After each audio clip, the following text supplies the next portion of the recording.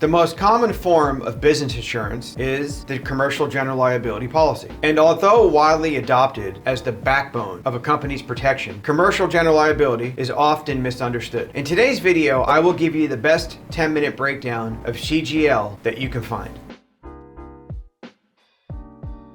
Now, before we get into the details of the commercial general liability insurance policy, I want to warn you that I will state the following throughout this video many times. Read your policy. Reading an insurance policy is as dull as watching paint dry. But as a hardworking business owner, which you are, you need to understand the protection your CGL policy provides your business, because no two policies are the same. Just because you buy CGL or just because you purchased it from one carrier doesn't mean that coverage from another carrier is going to be the same. There is too much emphasis on premium, not enough emphasis on the protection, the risk management, and the coverage. So important that you read your policy. Many insurance companies adopt policies and policy forms written by ISO. ISO stands for Insurance Services Office. It's a company based out of New Jersey. They write standard policy forms that get adopted by insurance companies. Companies take those forms and they use them as their policy. But others use proprietary forms or manuscript forms that differ from ISO forms because they're actually written and adopted by the insurance company. You must also be aware of endorsements used to modify the CGL coverage form. Endorsements may be used to broaden coverage, but also to limit or exclude coverage. A commercial general liability policy may be written as a monoline policy, which means a single line of insurance. I've said that many times before, or included as part of a multi-line policy, such as a commercial package policy or a business owner policy, otherwise known as a BOP. Let's review the policy structure and discuss the declarations and the 5 sections of the commercial general liability policy. Let's start with the declarations page. When reviewing the CGL, when reading your policy, you will first arrive at the commercial general liability declarations, sometimes referred to as the deck page. This part of the policy specifies the named insured, the address, the policy period, the location of the premise, policy limits, and other essential information that varies from insured to insured. Such information includes the form of business, if you're a sole prop, partnership, LLC, or corporation, and the description of the business. It's crucial that when you read your policy, that accurate information is listed on the deck page. Most insurance agencies have processes, they have workflows, they have quality insurance to make sure that the policy is checked against any other information to make sure that everything's accurate on the deck, but only you truly know. So check your policy, review the deck page. If there's something that's not right, notify your insurance representative right away. Because if not, your coverage can be at risk. Let's say, for example, the deck page lists your entity as a sole prop or you're operating as a corp. That could risk your coverage. Next, let's jump into the commercial general liability coverage form 1, which is the coverages.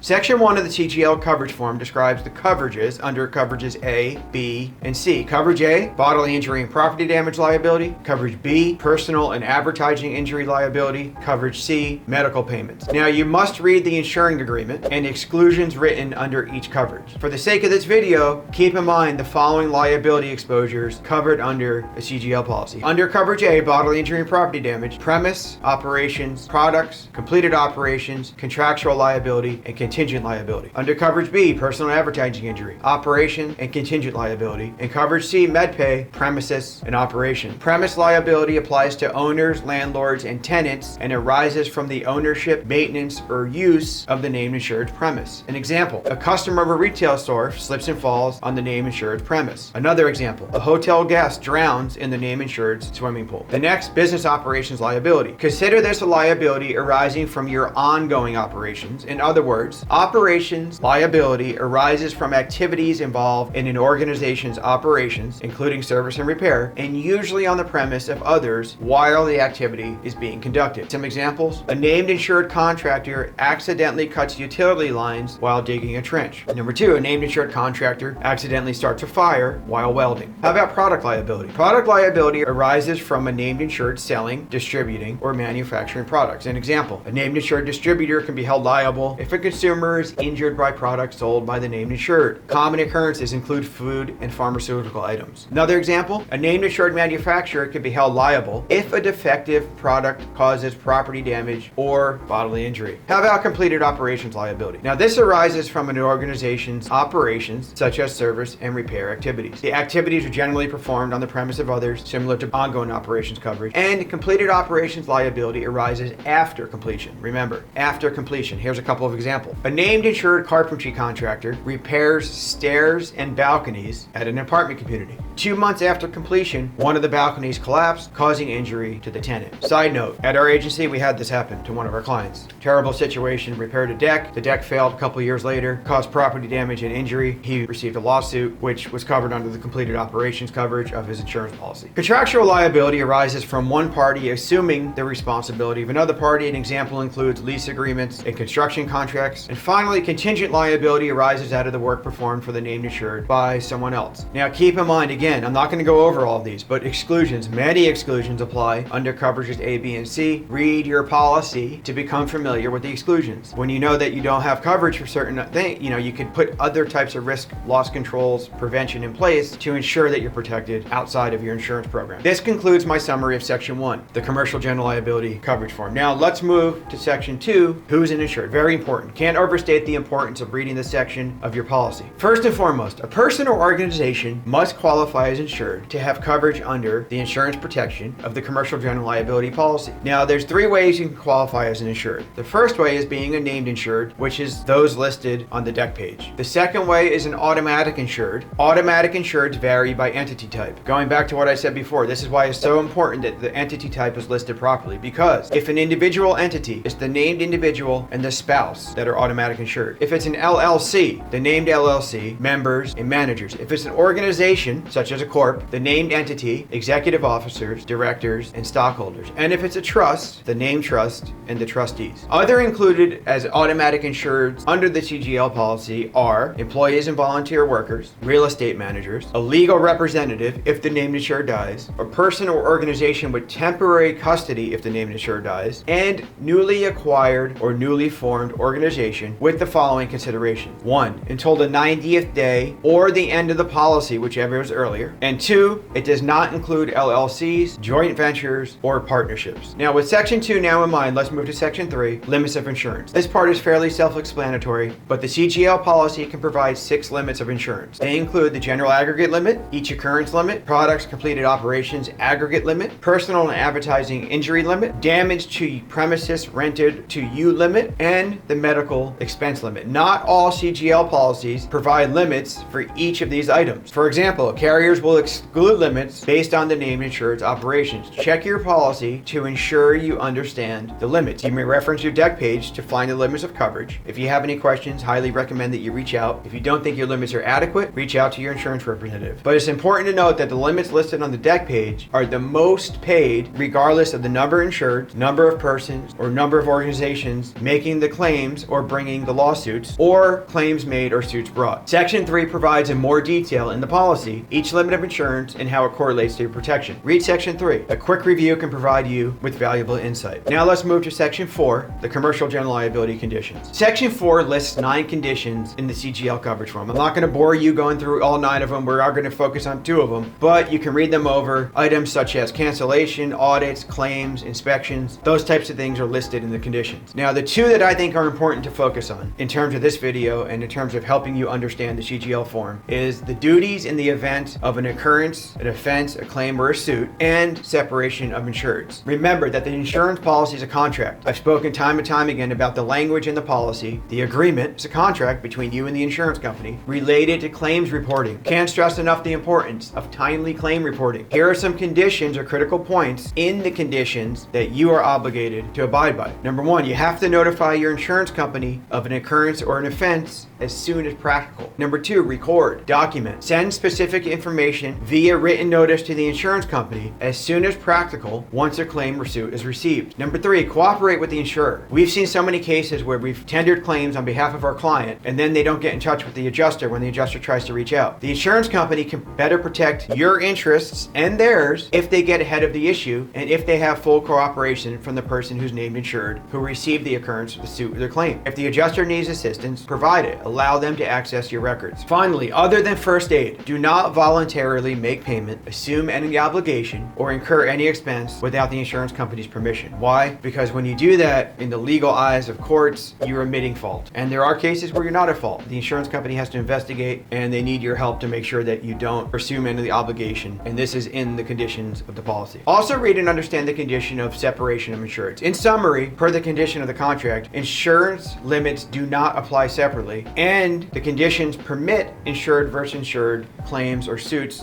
otherwise known as cross suits liability. However, here's where I go back to talking about endorsements exclusions. Many CGL policies after the fact, outside of the conditions, add an endorsement to exclude cross suits, which is a perfect example of why you must read your policy. We're going to now conclude with section 5, which is definitions. This is the easiest part of the policy to look over. As you read through the CGL policy, you'll find many words in quotation marks. Anytime you see words in quotation marks, you can access section 5, your definitions, to understand what those words mean. The insurance company will define those in section 5 in better detail. Probably find yourself moving back and forth between the sections and section 5. Finally, now that we got through the 5 sections of the general liability policy, I want to again talk about endorsements. As I mentioned, insurance companies will add endorsements to broaden or restrict coverage. And to be honest, mostly to restrict or exclude coverage. It's important that you read past that section 5, that definitions, read all the endorsements, understand what's been added after the fact. That's what endorsement means. It's an addition, that you can better understand your position, your protection, and what you may need. Also with additional insured endorsements, they're going to be listed there too. If you have automatic additional insured, you'll understand those. If you have the primary waiver of subrogation, completed operations, all of those are going to be there too. So it's important that you read front to back of the CGL policy. Finally, what can FO do for you? If you think we covered a lot of information, there's so much more to explain regarding the CGL policy. In today's world, with the direct-to-consumer offerings, technology advancements, which are changing every day, the business of insurance, the marketplace is changing, we think that it's so important to have representation that you can rely on to make sure that your coverage and your protection are adequate. The amount of calls that we get from people that have policies in place that have no idea what they purchased, no idea what's in the policy, no idea what the coverage is, no idea what the protection is, they're leaving themselves open. And that can really distinguish between a business that's solvent, that's growing, that's profitable, and one that at the end of the day really loses everything because they don't have the right protection and they're struggling with claims or lawsuits. Give us a call at 858-384-1506. We have over 100 years of experience here combined with our team in writing commercial general liability policies across all types of industries. Give us a call. And remember, if our YouTube videos help, like the video, please comment below. I respond to all comments. Remember to subscribe, notify yourself of future videos, and we really hope you enjoyed this one. Thanks again for your time, and we hope to speak to you sometime soon.